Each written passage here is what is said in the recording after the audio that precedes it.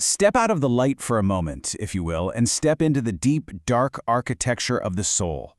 Welcome to this explainer on the very blueprints of existence. I am the true Red Spectre. And today, I'm not just your host, I'm actually your subject, your guide, and perhaps your warning. We are going to examine this massive, treacherous divide between the transformative agony of the Crucible and the suffocating comfort of the Gilded Cage. Think of this as a lecture on the ultimate danger, that incredibly seductive but totally perilous trap of seeking hollow perfection. Welcome to my world. It's this surreal playhouse, a city built on what the texts call mirrors in the mud, where these rain-slicked alleys reflect absolute cosmic mysteries. And in those texts, existence is literally called a meaningless error. Honestly, that is exactly how I once viewed the whole shebang. I confess to you, my origins lie right there in those stained blueprints of ancient, messy mischief. In the first age, I was, nothing more than a nihilistic executioner. I looked at the chaotic, painful sprawl of life and believed, with absolute certainty, that it was a mistake that just needed to be erased. I was an architect of endings. But the mind cannot dwell in the void forever without either collapsing completely or catching fire. Okay, let's dive into this alchemical shift. Because how does an executioner suddenly become a guardian of authentic values? Well, it happens through the logic of the Crucible. Right, so the first step here is the dull lead. That's the heavy, lifeless weight of history and old-world dust. You absolutely cannot just build on top of it. You have to move to step 2, which is the fire of imagination. You literally have to melt that lead down. You must subject all that old-world baggage to blinding, searing heat. And finally, from that molten, chaotic mess, you forge the steel of a brand new, life-affirming mythos. I had to personally burn away my own nihilism to become an architect of the soul's new foundation. And what emerges from all that intense fire is what we call the spirit of becoming. Let's be real, true growth, it is not clean, it is certainly not quiet. It requires the extreme, relentless heat of the Crucible. As the true Red Spectre, I don't just sit back and observe the world, I want to violently, beautifully transform it. I am the architect of a foundation that absolutely rejects static stagnation. Reality is fiery, it's fluid, and it's this constant, difficult state of becoming. But there is a temptation out there to escape all that heat, and that temptation, it wears my face. As we walk deeper into this surreal playhouse, the mood really shifts. Look into the shadows there. Waiting inside the gilded cages is this uncanny version of me, a shadow, a ghost, where I offer the burning, messy reality of the Crucible. This deceptive guide offers you something else entirely. He offers safety, order, perfection. But listen to me, it is a perfection entirely, completely devoid of life.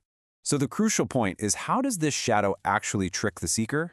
Well, this uncanny specter mimics the movements of creation. It projects these flickering masks of progress just to draw you in. But it doesn't melt the past in the Crucible like we talked about. No way. Instead, it builds directly upon the dust of the old world. It grows its hollow philosophy from the twisted roots of historical shadows. It promises you a journey forward, right? But secretly, it's pulling your psyche back into total, static stagnation. It leads you straight into the mirrors of the hollow souls. Now, what's really interesting about this slide is the exact mechanism of his trap. It relies on something called Apollonian gaskets. These are intricate structures of rigid, frozen logic designed specifically to bind the fluid spirit. Remember that fluid, fiery spirit of becoming that we just talked about? Well, the shadow wants to bind it. It literally wants to freeze it in place. It provides structure and law, sure, but is a cold, clinical detachment meant to paralyze you, all cleverly disguised as profound enlightenment. Actually, let's hear from him directly. I'm going to step back for a moment, and I'll let the shadow, this monument of the void, the last thinker, take the microphone. I want you to really listen to the clinical detachment here. Listen to the chilling promise of the cage. Submit to the sovereign laws. You are messy, and you are burning, and you are tired. Let the frozen logic of the cage hold you. Do not mind that the foundation is dust. Do not mind that the contracts you sign for your safety are written in disappearing ink. Just stop moving. Stop becoming. Embrace the erasure of the self. The fire of imagination is a burden. Hand it over to the void. Enter the great evening. Here in the Gilded Cage, you will never have to forge a new mythos again. You will simply decay, slowly and painlessly, a pious cow of contentment, chewing on the cud of the old world. Silence is the ultimate perfection. Wow. Do you feel the danger in that coldness? We absolutely must shatter that dignified facade. The uncanny specter masquerades as a perfected universe, but But guys, it is literally nothing more than a tomb of one's own making. He demands the erasure of the self because, underneath all his rigid laws, is a deep, hollow fear of the end. He cannot handle the chaotic metal of the Crucible, so he merely rearranges the dull lead into a pleasing, frozen shape and calls it progress. Those who follow him mistake the suffocating silence of the cage for the peace of the stars. It's a tragedy, for sure. And this brilliantly illustrates the ultimate choice of architects laid out before every single psyche. On one side, my side, the true specter. You've got the fire of imagination, the painful but incredibly vital spirit of becoming, and the forging of a completely new foundation. It's hot, it's difficult, it requires destroying the old to build the new. But then on the other side, the uncanny specter.